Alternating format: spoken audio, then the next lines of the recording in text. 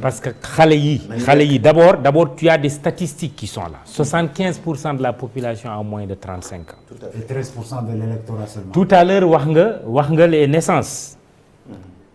Donc on a un croix démographique boo xamante ni bu élevé.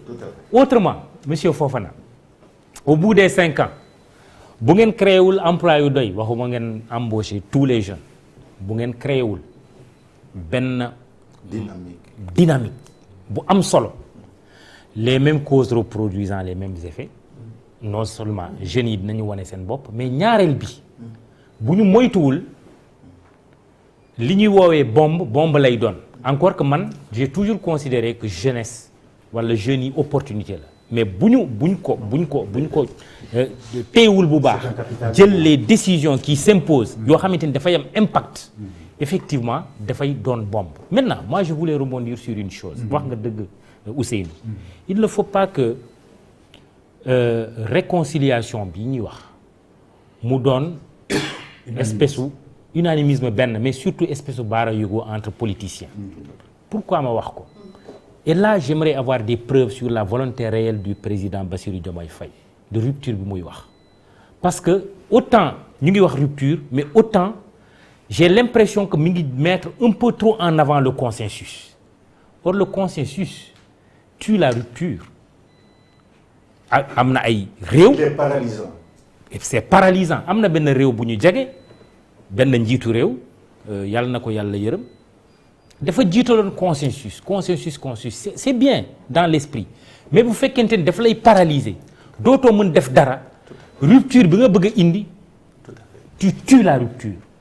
Beneen exemple bi may joxe pour que histoire bi bañ a doon baara yëgu wax naa sànq le protocole du Cap Manuel on sera édifié davantage sur les actes que le nouveau président va poser. Est-ce que protocole boobu am na wala amul? Ñaareel bi moom ci boppam wax na ko président Abdoulaye Wade bi nga xamante ni dalal na ko conseil bi ma jox maanaam bu ma def chasse aux sorcières bàyyi naa si xel sànq ci beneen waxtaan je me suis même posé la question lan mooy chasse aux sorcières man bu ñu ma waxee reddition des comptes wala redevabilité ça me parle mais chasse aux sorcières c'est quoi? En fait les Sénégalais du affaire chasse aux sorcières dañu ne nañu jël des décisions fortes ci xeex guerre ci xeex jël alal boo moomul et il y a des et on a de la matière. On parle beaucoup de la déclaration de patrimoine El Hadj Ibrahima mais la déclaration de patrimoine non seulement on l'a fait à l'entrée mais on l'a fait à la sortie ki def entrée bu génnee alalam fan la toll est-ce que yokku na wala wàññeeku na li yokku est-ce que lu lew la wala lu lewul loolu war nañ ko xool sinon on fera des déclarations de patrimoine yu dul jeex. Entrée comme sortie. La déclaration de patrimoine. Oui, déjà, naturellement. On l'a oui, pas oui, vu, hein. Oui, non, attention, la déclaration. Non, ne faites pas de confusion, Moussa Balla. Amadou Ba, non, dans le débat, bi ñu lancer les élections. Il a dû faire ça. Voilà. Mais justement, mais foofu laa koy tontu. Mais combien de fois Amadou Ba a fait. Bi ñu lancer les élections, ñun dañu lancer un défi. Waaw. Notre candidat dafa def déclaration am. Appeler Amadou Ba pour mu def ko man loolu laay wax. ba léegi defu ko donc c'est bien de nous parler de rupture. mais c'est important. Non, mais bien sûr c'est très important. Oui, mais justement, c'est très important. Nous au moins on a posé la loi ne nous obligeait pas à le faire. La déclaration de patrimoine de Bassirou Diomaye Faye a été rendue publique. Allez-y Mamadou. Non, bu ñu xëccoo wax ji. Allez-y. Bu ñu xëccoo wax ji. Oui, allez-y. Calme. Allez-y. Tontu bi lu leer Oui. la. Amadou Ba a été ministre plusieurs fois et premier ministre def na déclaration de politique déclaration de patrimoine bi mu nekkee ministre de l'économie et des finances bi mu nekkee ministre des affaires étrangères bi mu nekkee premier ministre autant bàyyil rek mais attention si vous raisonnez comme ça est-ce que vous savez que demain votre déclaration de patrimoine à part celui de Bassirou Diomaye Faye qui est président de la République on va rendre publique sa déclaration de patrimoine tous les autres yiy def devant l'OFNAC leurs déclarations de patrimoine ne sont pas rendues publiques. Je sais très bien. loolu benn la ñaareel bi Bassirou Diomaye a fait une déclaration de patrimoine il a fait une déclaration de patrimoine ouais mais d'accord mais def na quand même laissez-moi ajouter def na déclaration de patrimoine incomplète parce que sa maison de Mermoz sa maison de Mermoz joxul valeur bi. si et te ñu ngi koy xaar. Ce n'est pas le jour non c'est dafa laaj ma koy tontu.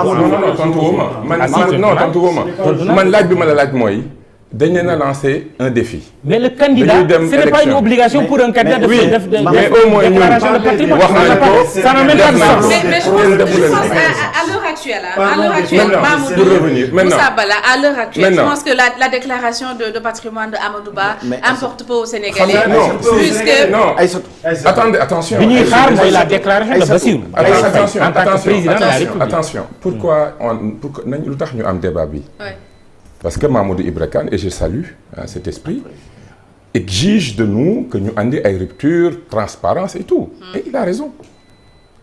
Et nous, et je lui ai dit que nous savons pendant des années, nous devons tenir un discours, un parcours. Nous avons eu un régime qui a fait dara. Voilà. Lu ne def nañ ko gisuñ ne jëluñu dërëmu askan wi. Mën naa jox sama exemple. Moi, j'ai refusé à plusieurs reprises de travailler pour plusieurs raisons. Donc ñun ñëpp kenn ku ci nekk tey mën na la wax ne lii laa def pour wane sama probité parce que bëgguma kenn donc ñun suñu discours dafa ànd ak benn parcours. léegi jox nañu askan wi nag xool ñu mi ngi wax sànq ba tey cap xawma protocole du Cap Manuel.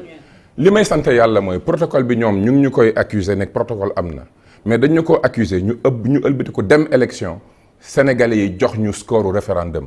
yaakaar naa ne bu ñu nekkoon ay dealer politique ci suuf sénégalais yi kenn ëpp leen xel dañ ñuy sanctionner parce que dañuy xam ne li xewoon feneen moo xewaat feneen ñun dañ ñu accuser les gens ont dit que dañoo dealer mais bañ jàkkaarloo ak askan wi def nañu ñun di gëmuñ loolu wóolu nañ leen gérer leen.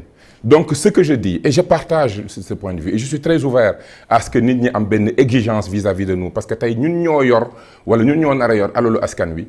joxe nañ ay gages yu clair ñun def nañ suñuy déclaration de patrimoine dinañ ko on l'a rendu public la loi ne nous obligeait pas à le faire on l'a fait moo tax man je te dis on vous a lancé un défi vous n'avez pas voulu y présenter maintenant j'aimerais juste préciser quelque chose parce que dafa am solo lu mu wax encore une fois daf ne consensus mën na tax ba rupture du am mais bu ñu amul consensus ci division lañ jëm division bu amee ci réew mi on n'avancera pas donc il s'agit pas d'opposer des concepts consensus bi dafa am solo nous sommes tous des Sénégalais on est obligés aujourd'hui de mettre en place une justice de discuter de rétablir les vérités et d'avancer ensemble noonu la ñuy amee consensus bi après ñu teg des modèles des fonctionnements qui garantissent une rupture et ça élimine les divisions parce que voilà parce que mujj gi dafa mel ni le serpent là. bu mu tere ñu am rupture la preuve